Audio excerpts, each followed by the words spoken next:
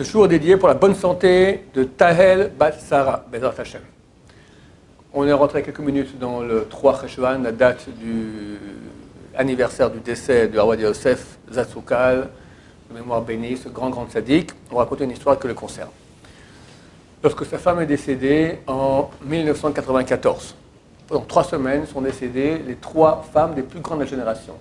La femme de Harvard Yosef Zatzal, la femme de Rabbi Yashiv Zatzal, la femme de Rabbi Simon Abba Shaul Zatzal, en 3 semaines.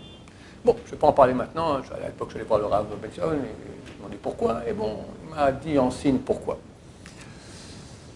Le monde entier vient bien sûr consoler, faire la mitzvah de consoler les endeuillés, voir le Rabbi Yosef, dont un des grands tzaddikim de génération à l'époque, Rabbi Lazar Abu Hatzera, le fils de Baba Meir, petit-fils de Baba Saleh, un homme qui avait Ruach HaKodesh, un pouvoir de brachot très très grand.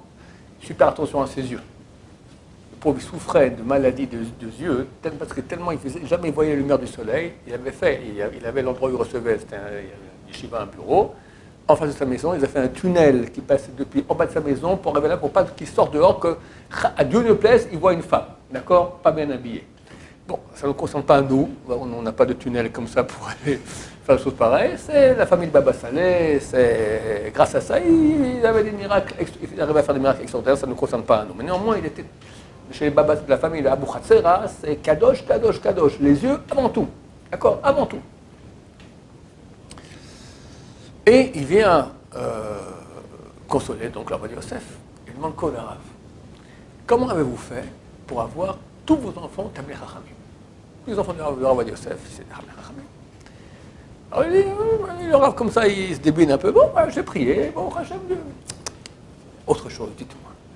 Ah, ben, je te dis, j'ai prié, tout ça, non, dites-moi. À la fin, le Rav lâche le morceau. Il lui dit, quand j'étais à Beddin, j'étais au tribunal rabbinique à Tel Aviv. Et il y a des cas où les divorces, des choses comme ça, il y a des hommes qui viennent, mais aussi des femmes qui viennent. Les femmes viennent à la mode de Tel Aviv, ça veut dire difficilement habillées, d'accord. Comment je fais? Je n'ai pas le droit de les voir, elles ne sont pas bien habillées. Voir en jouissant, c'est complètement interdit, ça c'est clair. Mais même sans faire exprès, tu vois maintenant une partie dévoilée d'une femme, si c'est l'habiller comme il faut bien, tu parles, tu n'as pas de jouissance à lui parler, c'est permis. Mais si maintenant il y a des parties de sa chair qui doivent être voilées, elles sont dévoilées, et une femme qui ne connaît pas le loi de Sinyout, très bien, elles n'appliquent pas, donc forcément il y a des parties qui sont dévoilées, on n'a pas le droit de voir ça, c'est interdit de la Torah. Vous ne poursuivrez pas vos yeux. Comment je fais? Alors quand elle parle, moi je prenais une feuille comme ça, alors je pose des questions, et j'écrivais, comme si, enfin j'écrivais pas ce qu'elle me racontait, mais comme si j'écrivais ce qu'elle me racontait. J'écrivais les points qui étaient importants pour ma main, etc., de son dossier, mais elle croyait qu'en fait j'étais concentré maintenant et jamais je levais les yeux.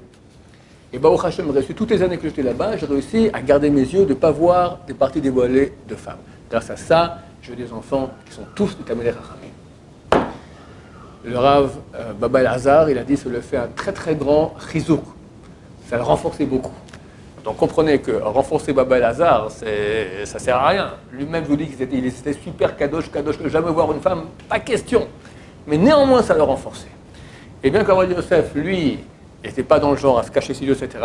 Une fois, je suis rentré avec 2 directrices de séminaire francophone ici à Jérusalem, habillées parfait, mais avec des perruques. Est-ce que les me permettent les perruques? Aussi, des Rav Saradim, le Rav Benson Abba Shaul autorisé la perruque, mais Harvard Yosef dit perruque, c'est comme si tu vas sans rien du tout, pire, d'accord? Il était très contre. Il avait peut-être déjà 70 ans à l'époque. Elles n'étaient plus trop jeunes non plus, 40-50 ans les dames, d'accord? J'ai vu le Rav, il n'a pas regardé. Il leur parlait de côté, comme il parle comme ça de côté. Pas voir les perruques de femmes déjà âgées habillées en tsniout.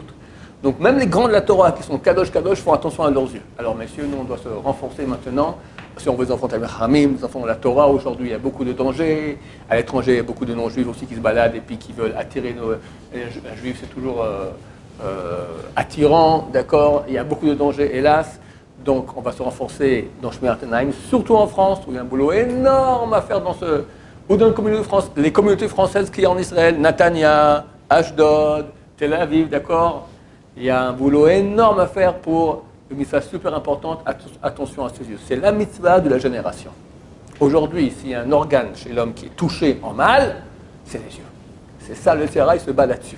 Surtout avec les petits appareils pourris, vous connaissez ça, les portables, Hashem Ishmor, d'accord?